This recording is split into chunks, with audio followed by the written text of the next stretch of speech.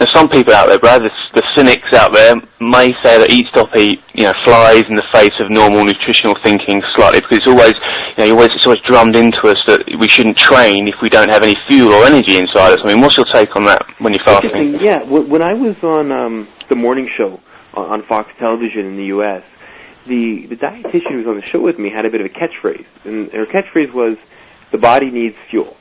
Right? So anytime anybody talks about dieting and exercise, she'd throw out, "The body needs fuel," which is a completely correct statement. I wouldn't try to or attempt to argue it the slightest bit. I agree with it completely. My contention is that fuel doesn't have to come from your food. We have fuel sources for a reason, right? The sole reason we store body fat is as a fuel source, right? So we have fuel. Cars have gas tanks. We have body fat. It works out. So I'm in complete agreement that during any sort of activity, and even not during activity, while you're sitting around at a desk doing an interview, your body needs fuel.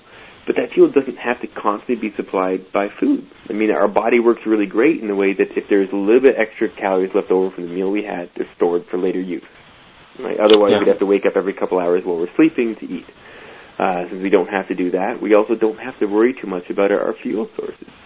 If we are a endurance runner, an ultra-endurance runner who runs or bikes or swims for 4 or 5 hours straight, then it might be a concern because you're using up so much of your stores.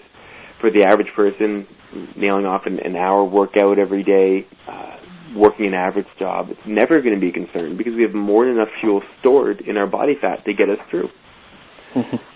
So I understand the argument, but at the same time, we do have fuel sources. We're good. Sure.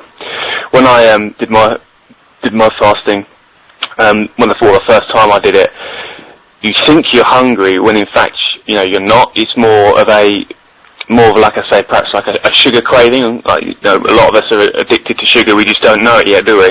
Right. No, it's very habit forming. I mean, the sugar, fat, salt. I mean, you can make amazing things out of those flavors, and we get so used to having them. If you want to really think of the 4 food groups in terms of what the mind craves, it's sugar, fat, salt, caffeine. I might throw in alcohol, but it's really those 4. So I found the same thing when I first started fasting. I was amazed at the times when I was craving certain foods, and it certainly wasn't because I was hungry, but it was because that's when I normally ate those foods. Right, and now I was ruining my ritual, I was ruining my customs by all of a sudden saying, okay, now I'm not eating. Yeah. And it really opened my eyes. My favorite one was one of the first times I was fasting. I was driving into the office and pulled in to grab a coffee. Even though I was fasting, I didn't even think about getting a black coffee. I wanted my typical coffee with 2 creams in it. And I thought back through my life, and I realized, I've stopped this exact same coffee spot when I was late for work. When I was late for work and it was a very important meeting, when I was early for work, any given time, it didn't matter, I would pull in there. And it was just a habit that I had formed from years and years of commuting and driving down that road. Had nothing to do with being hungry. I might have even had a coffee that morning with breakfast. But it was this habit that made me really realize that so much of how we eat is based on, addictions is a strong word, but it's very strong habits in our lives that cause us to eat when we eat. And so fasting is a great time. It's for Eat Stop Eat. It's a 24-hour period to really get to understand why and when you eat. And understanding that's immensely powerful on the times when you are eating to really have control over nutrition, diet, and your relationship with food. Probably one of the best benefits of fasting, to tell you the truth, outside of all the hormone benefits and the calorie restriction, is just understanding why you eat and what your cues are and what foods are the ones that you really desire the most, and then trying to figure out, how to work within those boundaries of those desires. Sure. Okay.